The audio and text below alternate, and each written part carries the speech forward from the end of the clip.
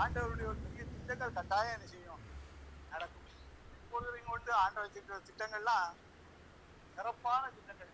இப்போ நம்ம பகிர்ந்து கொண்டது, சாட்சியா சொன்னது, ஜெபம் பண்ணது, பகிர்மானம் பகிர்ந்து கொண்டது எல்லாத்தையும் பார்க்கும்போது ஜெபாய்க்கு ஊழியத்துக்கு பின்னால ஒரு வித்தியாசமான ஒரு எழுப்புதல் ஒண்ணு இருக்கு.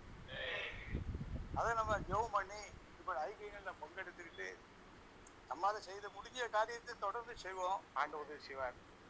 அர்த்த சித்தமாக நாளைக்கு 3ஆவது நாள் காலையில் 9:30 மணிக்கு 3ஆவது நாள் நிறைவு கூட்டம் நாளைக்கு நடந்து 2 மணிக்கு முடிஞ்சிடும். அதுக்கு அப்போட முடியும். எல்லாரும் ஜெபிங்க, வாங்க, கர்த்தர் ஆசீர்வதிப்பார். ஒரு வசனம் வாசிப்போம். 2 பேதுரு 1ஆவது அதிகாரம் 5, 6, 7 வசனங்கள்.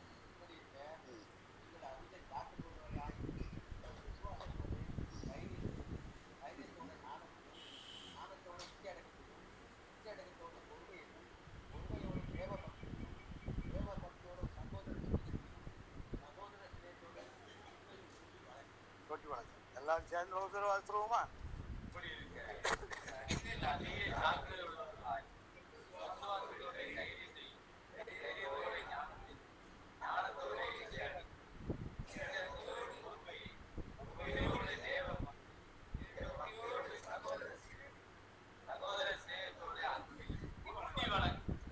இதெல்லாம் நம்மகிட்ட இருக்கு, ஆனா அது காணாது. இதெல்லாம் நம்மகிட்ட இருக்கு அப்படின்னு சொன்னா அதிக ஜாக்கிரதை இருக்கு. அடுத்தது விசுவாசம் இருக்கு, தைரியம் இருக்கு, ஞானம் இருக்கு, நிச்சயடக்கம் இருக்கு, பொறுமை இருக்கு, தேவபக்தி இருக்கு, சகோதர சிநேகம் இருக்கு. எல்லாமே நம்மகிட்ட ஓரளவு இருக்கு, ஆனா இது காணாது, இது பத்தாது. ஏன்னா ஒரு பஸ்ல வர டிரைவர்கிட்ட ஒரு காரியத்தை வாங்கி முடிக்கிறது கூட எவ்வளவு போராடி ஜெயிக்க விட்டுருக்கு, சின்ன விஷயம். அதே மாதிரி நம்ம ஆவிகள லோகத்துடைய ரவிக்கு ஜெகன் ரவி சொல்லுவான், காலையில இருந்து சாயங்காலம் வரை எங்கேயும் எரிச்ச முடியாது. அதே மாதிரி எல்லாருக்கும் ஊழிகள் செய்யற எல்லாருக்குமே நூதனமான பிரச்சனைகள் நிறைய வரத்தான் செய்யுது. இது ஏன் வருது நம்ம கேட்கறத விட இதை கடந்து போக எங்களுக்கு பலன் தர நம்ம வேண்டான்னு சொன்னாலும் அது நிற்காது வந்துடும். ஆனா கடந்து போக பலன் தரும் ஆண்டவரேன்னு சொன்னா பலன் தருவார். இப்ப இவ்வளவு காரியங்களும் நம்ம நடைமுறையில் இருக்க போய் தான் இவ்வளவாத ஓரளவு விசுவாச ஊழியத்துல நம்ம எல்லாம் நிற்க முடியுது. ஆனா இதெல்லாம் கூட்டி வழங்குங்கள் அப்படின்னு அந்த 7வது வசனத்துல பாத்தீங்கன்னா, சகோதர சிநேகத்தோட அன்பையும் கூட்டி வழங்குங்கள் அப்படின்னா இன்னும் நிறைய காரியம் நமக்கு ஜெயம் கிடைக்கும். ஊழியத்துல ஜெயம் கிடைக்கும், குடும்பத்துல ஜெயம் கிடைக்கும். அன்பை வெளிப்படுத்த நம்ம அழைக்கப்பட்டிருக்கிறோம். சகோதர சிநேகத்தோட அன்பையும் கூட்டி வழங்குங்கள். அன்பை பற்றி ஒரே ஒரு சாட்சி சொல்லி நான் முடிச்சிருந்தேன். இந்த பக்கத்துல கொஞ்சம் வீட்டுல ஆட்கள் வாடகைக்கு இருக்காங்க. அவங்க யார் வீட்லயே ஒரு வீட்டுல கிண்ணி கோழி வளர்க்காங்க. கிண்ணி கோழி கேள்விப்பட்டிருக்கீங்களா? ஒரு மாதிரி ஒடி சத்தமா இருக்கும், கிசி மாதிரி கிட்டி சத்தமாடும். யார் வீட்டுல வளர்க்காங்க. அந்த கோழி என்ன செய்யணும்னு கேட்டா சோறை தாண்டி இங்க வந்து அந்த ஏதாவது புழுகளுக்கு வச்சுட்டு வரும். இங்க நம்ம இடத்துக்கு பொறுப்பா இருக்கிறவரை அந்த கிண்ணி கோழியை கண்டோன்னு விரட்டி விட்டு ஓடி போயிடும். அது சத்தம் போட்டு பார்த்தா அடிபட்டு போற மாதிரி அது செய்யும். ஓடு சத்தத்துக்கு கண்ட உடனே எனக்கு ஒரு மனசுல ஒரு நாள் இந்த கிண்ணி கோழியை நம்ம வசமா செய்யணும், கொண்டு வரணும். அது எங்கே போற ஆளை கண்டு பயந்து அந்த சோறு பக்கமா போய் அங்க போய் ஏற்ற போட்டாது. வரும்போது உள்ள காலையில் வருவேன், சில நேரம் வருவேன், ஜோனுக்கு வருவேன். உள்ள வரும்போது மனசுல ஜோம் பண்ணு, அது கிண்ணி கோழி பயப்படக்கூடாது. கிண்ணி கோழி என்ன செய்யக்கூடாது, பயப்படக்கூடாது. அது எனக்கு விரோதியும் இல்லை, நான் விரோதியும் கிடையாது. ஏதோ சூழ்நிலையில போயிட்டு போகுது. ஜோ மட்டும் நான் ஏதாவது வந்து ஒரு சேர் போட்டு உட்காந்துருப்பேன். அன்பை கூட்டி வளர்க்கிற ஆவியான கிரீசி ஆரம்பிச்சேன். அந்த ஒரு நாள் கிண்ணி கோழி உள்ள வந்துச்சு. பரட்டு தான் அன்னைக்கு வந்து இல்லை இல்லை. சரி, அது நான் வரட்டு பயந்து பேருந்து ஓடிச்சு. 2 நாள் தொடர்ந்து நடந்துகிட்டே இருந்துச்சு. ஒரு நாள் சொல்ல உள்ள வந்துச்சு. வந்தோடனே என்ன செய்து பார்ப்போம் அப்படின்னு சொன்னா அதோடைய ஒரிஜினல் சவுண்ட்ல அப்படியே மெதுவாக சத்தம் போட்டு இது வரைக்கும் வந்துச்சு. இது வரைக்கும் வருது, முன்னாடி நம்ம கண்டாலே விஷயம் ஓடுமே இது வரைக்கும் வருதுன்னு சொல்லி இதை உட்காந்துட்டு அது நான் பார்க்குற மாதிரி தெரியாம அது அப்படி மெதுவாக பக்கத்தில் வந்துட்டே இருந்துச்சு. கிண்ணி கோழி பக்கத்தில் வருது. அன்பை கூட்டி வளர்ந்தீங்க. கிண்ணி கோழிக்கு அன்பை கூட்டி வளர்த்தா கூட்டி வழங்கினார். அது ஒன்றும் பயப்பட வேண்டாம். அதாவது புழு பூச்சி கிடக்கும் கரைக்கு போகும். அதை நம்ம அடிச்சு சாப்பிட போகிறோமா, அது நம்ம தேவையா, நம்ம அதுக்கு தேவையா, அது ஒன்றும் இல்லை. ஒரு 2 நாள் போச்சு இதுலே வந்து நிற்கும். நான் யோசித்தேன், அங்கே இருந்து சத்தம் போடுறது இங்கே நின்னாலும் சதப்படாமல் என்ன செய்யுது. நான் அப்படி பயப்படி பொங்கி கண்ணுடி பாதிட்டு ஏன்னா பயந்துடக்கூடாதுங்க. பயந்துடக்கூடாது. அப்படி பாதிட்டு இப்படி பாதிட்டு அது நிற்கிற மாதிரி தெரியும். ஒரு நாள் கொஞ்சம் சோறு கொண்டு வந்து சோறு கொண்டு வந்து இந்த கிணி கோழிக்கு தான் கொடுத்து பார்ப்போம். அது அதனுடைய அன்பு பெருசு, நம்முடைய அன்பு பெருசு, இயேசுவின் அன்பு பெருசுன்னு அது புரியுதோ புரியலையோ வெளிப்படணும் அப்படின்னு சொல்லி இருக்கிறேன். அது அப்புறம் 2 நாள் ஆச்சு. கீழே ஒரு கார் பழையணும், ஒரு கார் நின்று காருக்கு பின்னால் உள்ள உயர்ந்து நான் அதை ஒன்றும் சொல்லவும் இல்லை. அங்கே வந்தது தெரியாது, போனது தெரியாது. அது வருது சேர் இதில் போட்டிருந்தேன். இது பக்கம் வந்துடுது, இது பக்கம் வந்துடுது. நான் கையை தொக்க போட்டோம்னா அது தலையில தொடுது. என் கை அது தலையில கை தொடுது. போர் ஒன்று வந்து 2 பறக்க கொடுத்தேன். அதையும் சாப்பிட்டு அது சோத்துக்கெல்லாம் வரல. அன்பு ஏங்கி வருது. இந்த காலுக்குள்ள போனா உனக்கு விலைக்கு அடிக்குவாங்களே அப்படின்னு சொல்லி அந்த பயத்திலிருந்து விடுதலையாக்கி கை போட்டு அந்த கிண்ணிக்கூடிய ஆசை எழுதி மனசுக்குள்ளே ஜோமுடுவேன். அது அப்படியே இன்னைக்கு படுத்துக்குது. விரண்டு அடிச்சு ஓடுது. இங்கே வந்து படுத்துக்குது. அவ்வளோதான். அந்த சம்பவத்தோட என்ன செய்யுது முடியுது. அப்பதான் யோசித்தேன், அன்பை கூட்டி நம்முடைய மனைவிமார்ட்ட சில நேரம் இப்படி குணங்கள் இருக்கு. நம்முடைய கணவன்மார்களாகிய நம்மகிட்ட நிறைய குணங்கள் இருக்கு. ஊழியத்தில் இருக்கும், எல்லாத்திலும் இருக்கும். எல்லாத்தையும் உடச்சி தடுக்கிறதுக்கு ஒரே வழி என்னன்னு கேட்டா ஜெபம். அன்புக்காக நம்ம ஜெபம் பண்ணணும். அன்புக்காக ஜெபம் பண்ணும்போது சாதாரண கிண்ணிக்கோழி தான். அது ரட்சிக்கப்பட்டு பரவாயில்லாம் ஒன்றும் இல்லை. ஆனா அதுக்குள்ள ஒரு மாற்றத்தை ஆண்டவர் செய்கிறாரு. அது நமக்கு வெளிப்பாடாம இருக்குது. இப்போ 2 மாசமா செய்யல வரல, வராம போட்டோம், அவசரம். அன்பை கூட்டி வளர்ந்து இப்படி அன்பை கூட்டி வழங்கினால் இப்படிப்பட்ட மிருகங்கள் பறவைகளை கூட நம்ம என்ன செய்ய முடியும்? ஆதாயம் பண்ணி ஆட்களே ஆதாயம் பண்ணி ஆசீர்வதிக்கலாம். அது இல்லையா? மை பாடாத நாட்களும் இல்லையே,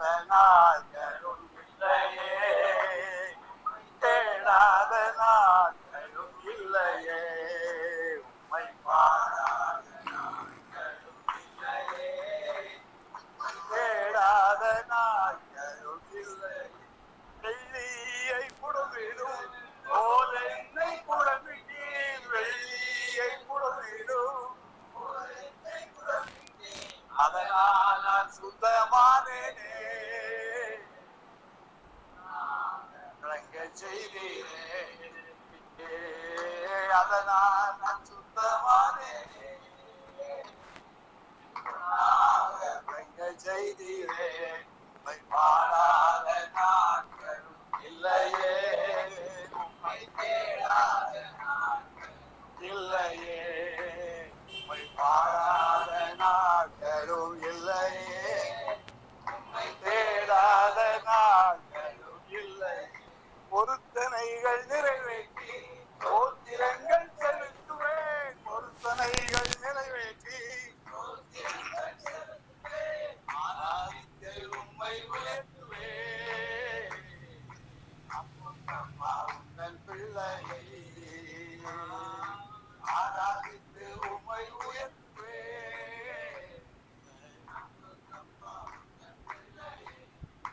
மாறாத நாட்கள் இல்லையே இல்லையே மாறாத நாட்கள் இல்லையே உம்மை தேடாத என் அலைச்சல்களை எண்ணினே கண்ணீரும் குருத்தியில் என் அலைச்சல்களை எண்ணினே கண்ணீரும் குருத்தியில் நன்மை தருபவரே நம்புவேன் நான் எந்த நிலையை ஐந்து நன்மை தருபவரே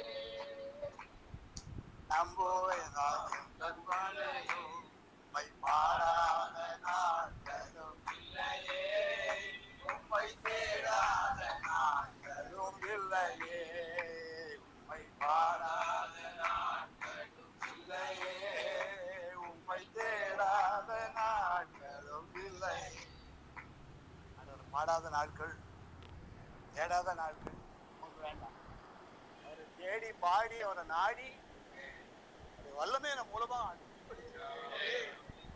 வரக்கூடிய காலங்கள்லாம் பெரிய எழுப்புதலுக்காக தான் நம்மளை ஆயிரம் ஊருக்கு ஒருத்தர் வம்சத்தில் 2 பேருமாக தெரிஞ்சிருந்திருக்காரு நமக்கு இருக்க பிரச்சனைகள் கொஞ்சம் இருக்கு அதோடு சேர்ந்து நம்ம ஆண்டவர் மையப்படுத்துவோம் அன்பை கூட்டி வளர்ந்து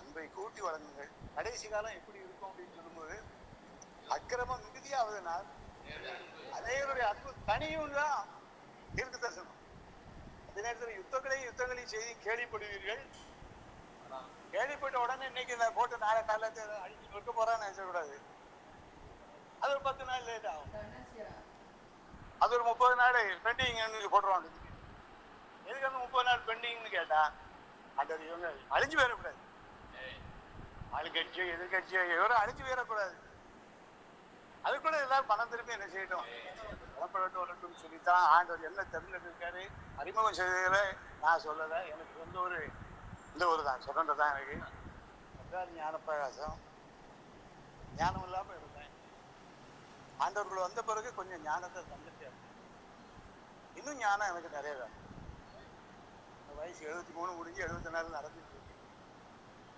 கொஞ்சம் பலகீனம் இருக்கு உடம்புல அதெல்லாம் மாற முடியும் உங்களுக்கு தான் போகணும் உங்களுக்காக நாங்களும் எல்லாரும் சேர்ந்துட்டு இருக்கோம் ஆண்டவர் ஒரு பெரிய திட்டங்களை வாழ்க்கையில கட்டாயம் நிறைவேற்றுவார்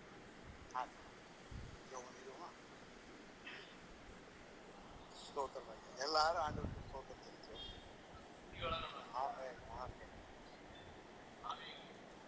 அந்த வசனத்தை சொல்லி யாராவது ஜெபம் ஆமே ஆமே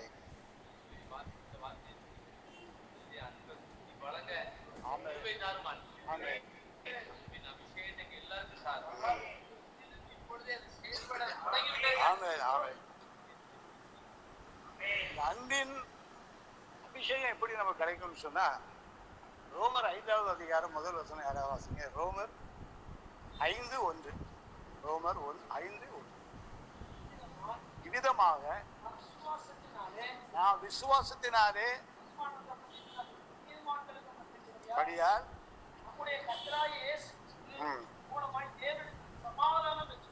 ஆண்டவர்கிட்ட சமாதானம் பெற்றிருக்கிறோம் 5வது வசனம் ரோமர் 5:5 மேலும் நமக்கு அருளப்பட்ட அதான் கவனிங்க பரிசுத்தாவி ஏன் நம்ம கேட்கிறோம் அப்படின்னு கேட்டா அது ஒரு அன்பு நம்ம அந்நிய பாஷை பேசி தீர்க்க தரிசனம் சொல்லி வசனத்தை படிச்சு ஜெபம் பண்ணி இப்படி கூடுறவங்களுக்கெல்லாம் வந்து போயிட்டு பேசும்போது ஆண்டவர் அந்த அன்பின் ஆவியை நமக்கு என்ன செய்றாரு?